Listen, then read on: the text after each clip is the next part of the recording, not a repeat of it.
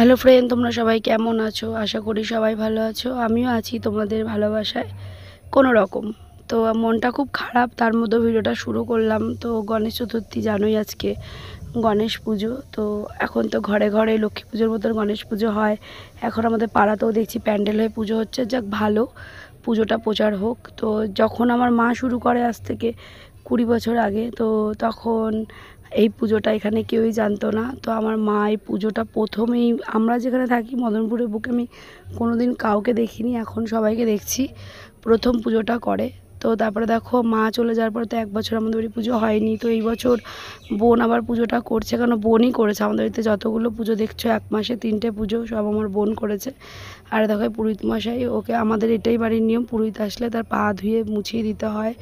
এটাই আমরা ছোটোর থেকে শিখেছি। আর ভিডিওটা এডিট করতে পারছি না ফ্রেন্ড, খুব কষ্ট হচ্ছে, তাও করছি। পুরোহিত মশাই এসে গেছে, পুজো হবে আমাদের বাড়িতে। বোন সব অ্যারেঞ্জমেন্ট করেছে। বোন, আমাদের বাড়িতে প্রত্যেকবার তো অনেক কিছু হতো যখন মা ছিল, রাত জেগে সব কিছু বানানো হতো। এখন আর কিছু বানানো হয় না। কেন এবছরটা হয়নি, আবার হয়তো সামনের বছর যদি করে তো করবে। কেন এবছরটা আমি ঠিক নেই। আমার যেহেতু একটু চাপ ছিল, আর বোন সব কিনে নিয়ে এসেছে, আর লুচি সুজি বানিয়েছে। তো লুচি সুজি বানিয়েছে, আমার একটা পাশে বাড়ি দিদা এসেছিলো, দিদাটাও একটু হেল্প করলো।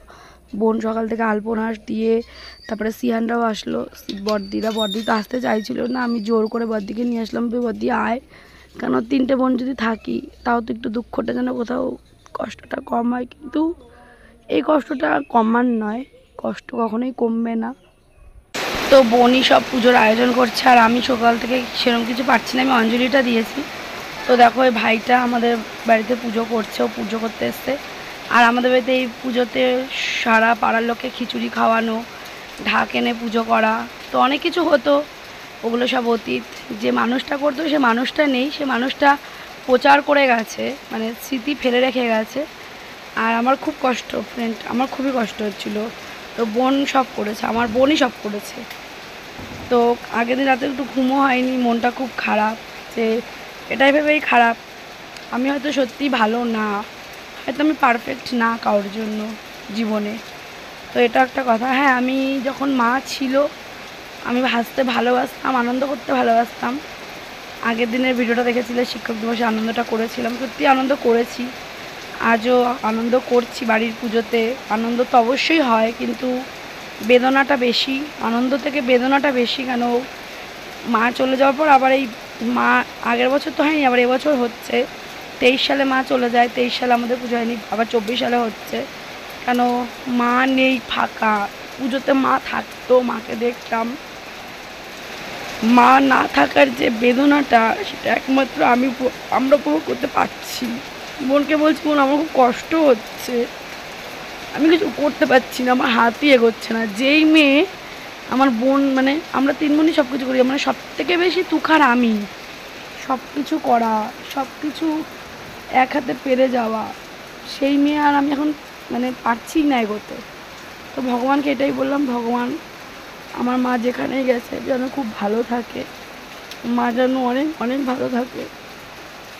শুধু মা কেন করলাম এই ভিডিওটাতে বলো তো? এই পুজোটা আমার মায়ের পুজো, তার জন্যই আমি এই কথাটা তোমাদেরকে জানালাম। কারণ আমার মারই এই পুজো প্রচার করা, আর আমার মায়ের মেয়ে আমরা যতদিন আছি চেষ্টা করব। বোন আছে, আমরা সবাই একসাথেই করছি। কেন আমার তো সংসার নেই, সত্যি আমার সংসার নেই, আমি বাপের বাড়িতেই পড়ে থাকি, ঠিক আছে? আর সংসার হবে কি না সেটাও আমার জানা নেই। আমার ছেলে যেখানে, আমি তো সেখানেই থাকবো না।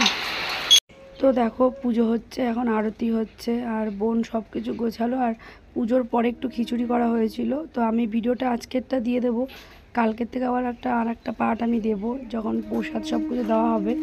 তো ছোটো ও সব কিছু আয়োজনই করেছে, কোনো কিছু খামতি রাখেনি, সব কিছুর আয়োজনই মানে করেছে। আর আমার আমার বোন, আমরা সবাই সব কিছু পারি, পেরেও কখনো কাউকে বলি না যে পারি, কিন্তু এখন তো আমি বলি ভিডিও করি বলে। কিন্তু কিছু মানুষ আছে কিছুই পারে না, একটু পারে, অনেক বলে।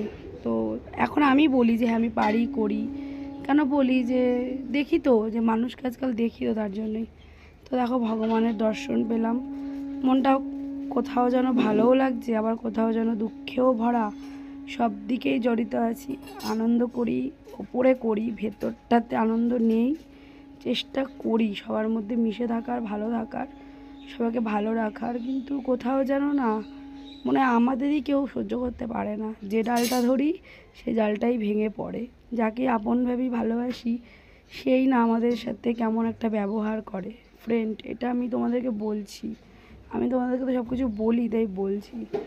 জীবনে সবার কাছে হিংসার পাত্র হয়ে গেলাম, ভালোবাসার পাত্র হইনি।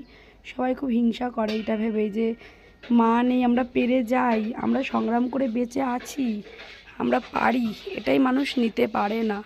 তো ফেসবুকেও তো সেটাই আমার সাথে সেম হয়। হোক, আমি সৎ পথে আছি, আমি সৎভাবেই করব। আর যুদ্ধ নামই তো জীবন, তো যুদ্ধ করে বড় হওয়াটার শান্তিটাই অন্যরকম। সৎ পথে বড় হওয়াটার শান্তিটাই অন্যরকম। অল্প হবে, আমার ভিডিওতে হয়তো ভিউজ হয় না, 10 জন 15 জন হয়, সেটাই আমার কাছে অনেক ভালো, আমার কাছে অনেক ভালো লাগার জায়গা। 10 জন তো আমাকে সম্মান দেয়, একজন তো সম্মান দেয়, এটাই আমার কাছে অনেক বড় পাওয়া। তো তোমাদের সবার সাথে ভিডিওটা রাখলাম, ভগবানের দর্শন পেলা তোমরা, আমার বাড়ির পুজো, আমার বাপের বাড়ির পুজো, আমার মায়ের পুজো তোমাদের সাথে শেয়ার করলাম।